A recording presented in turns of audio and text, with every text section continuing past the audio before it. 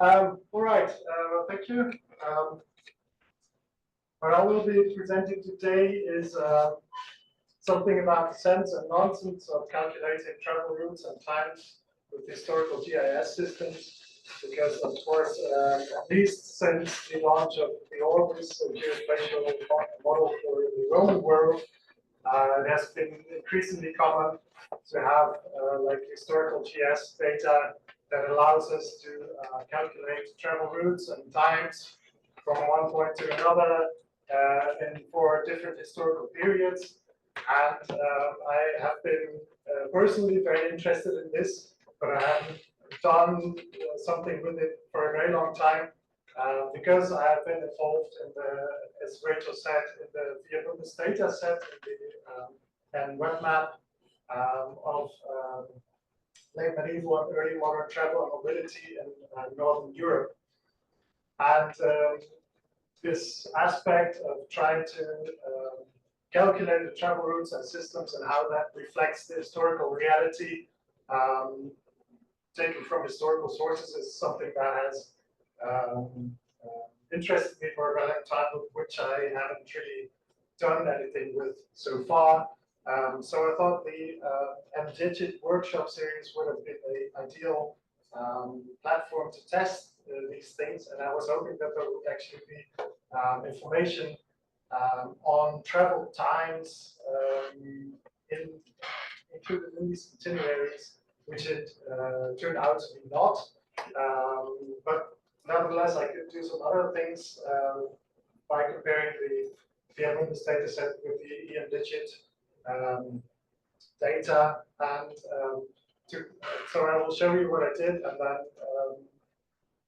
by taking into account some other historical sources, we can still say something about the sense and nonsense of calculating historical travel times. Very quickly, something about the Abundus data set. So it has been a cooperation for the last couple of years between various institutions in Germany, in the Netherlands, in Denmark, and also in Finland. So Finnish sub-project is a project that's currently running, and we hope to publish by the end of this year. So what we're trying to do is create a web map and a data set for the study of pre-modern European transport and mobility. And it includes basically a gazetteer of places that are of importance to travelers, so settlements, but also things like toll stations, bridges, ferries, and so forth, and a possibly exact how do you say that? A reconstruction of the historical route network.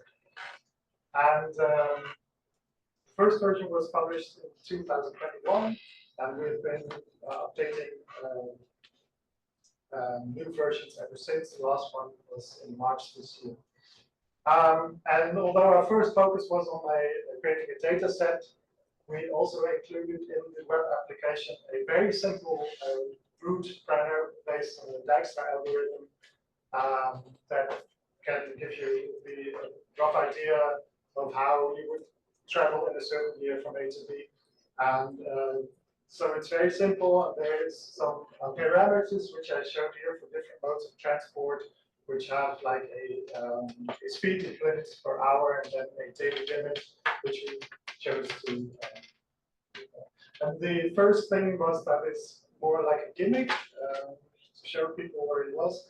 It was interesting that it was picked up by the media as well. So here's our Dutch colleague Bart. She was put in a covered wagon. She could explain on Dutch national television why it took someone in the 15th century 3 days to travel a distance that we could cover now in only not even 2 hours. So that was the public side of the project, but then if I introduce the project to colleague historians, especially those that do not necessarily have a lot of knowledge about digital methods, they were always very skeptical. You cannot do this. Historical reality is way too complex to simply draw a line between 2 places and then calculate how long it took you. So that's what I wanted to test. And I was hoping, as I said, that the EM Digital data set would be helpful in that.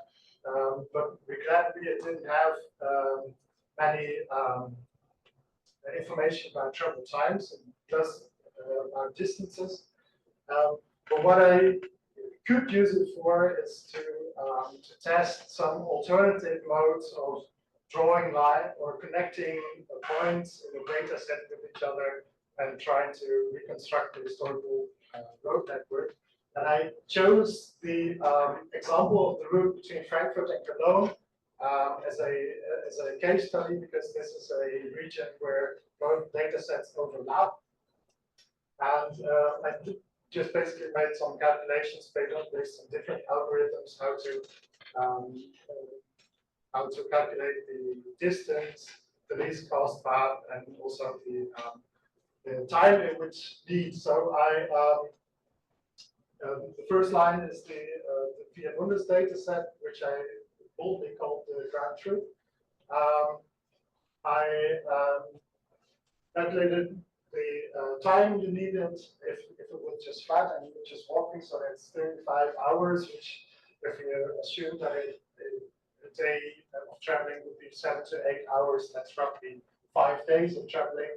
If you add the factor of going up and downhill, then it's slightly more, but not much. Then I tried various methods of reconstructing the shortest route or the fastest route based on modern street network, with the assumption that it's ultimately derived, or there's lots of traces of the old routes are still present in the modern network. And I was very surprised to see that all these reconstructions take much longer, are especially also longer than the Via Bundes data set. And that goes especially for the travel times for the different reconstructions, which are like 5 to even 11 hours longer in the day for this same distance. So that's over a day. And I should have doing with the data sets that derived from the historical routes. I also tried a least cost path calculation based on the elevation, the digital elevation model in this region. And although that did not follow the historical route very closely, if you look at the calculation of travel times, in comparison to the Via Bundes data set, it actually resembled that quite closely. So although it's a very different track, it still gives you this rough idea of how long it took. Then I finally tested a straight line for reasons of comparison, and I found out that it was also very close, and I was very annoyed by that. So I would need to test this further. So, of course, if we could just use a straight line, that would makes things very much more simple. Then, of course, the question is, these are all calculations based on digital data, which are not directly derived from the historical sources, except for the waypoints on the route. Then the question is, how does this compare to the historical sources, which actually do say something about the travel times? So I selected 2 examples. I tested more, but I will show you 2 examples where it actually becomes clear that it does quite closely resemble the travel times you get from the historical sources. One is the German mercenary Lupold von Wede, who was traveling back home when on his way from Portugal in March 1581. And he actually traveled by ship most of the route. But he arrived in Emden in northwestern Germany, and from there he took the land road back to his home in the village of Poncevo, which is in German Kranzin, which is in Pomerania, the modern day Poland. And as you can see, it took him 17 days to get from Emden to his home.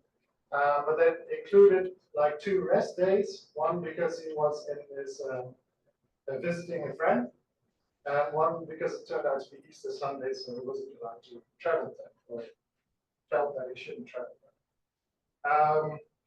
So we have 15 days of actual travel.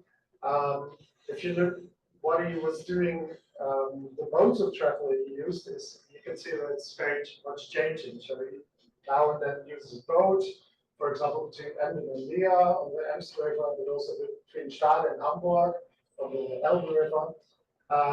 He usually uses a wagon, which he hires, but he also sometimes goes on foot, especially to go between Leer and Stickhausen, because he said he couldn't get a wagon there. Now, if we take this into the Abundus routing system, and I just get in the point A and B, so Emden and Stargard in this case, which is the city most close to his home. I arrive at a travel time of, yes, and I took the horseback option, so because he was mostly using a wagon. I arrived at a travel time of a little over 13 days, which is of course quicker than we actually used. But that's also because this is a more direct route, because it's the shortest route. So if you add the intermediate stations that actually more closely resemble the route he actually took, I ended up indeed with a travel time of almost 15 days. So that's quite appropriate. And now as a person, I also try to straight line, and that's much quicker. So that actually does not reflect historical reality so much. Second example is more or less the same route in the other direction, by the Englishman Heinz Morrison in 1592. We traveled from Hamburg to Emden, and interestingly, he has many of the same choices or problems that Rupert von Velo had. Also, between Hamburg and Stade, he used a ship. Also, between Stickhausen and Leer, he couldn't get a wagon, so he had to go on foot. And then he ended up in very bad weather, so his wagon got stuck in the mud, he couldn't go on, he couldn't get a ship, and he had to travel the last few miles on foot, lost most of his company, and got soaked to the bone, was cold, and is up to his ankles in mud. But still, if we put this route into the Abundus, it still gives us a travel time of 6 days, which is actually the or roughly 6 days, which is actually the time that he needed. So to end this, I think does it make sense to calculate travel times with these digital methods?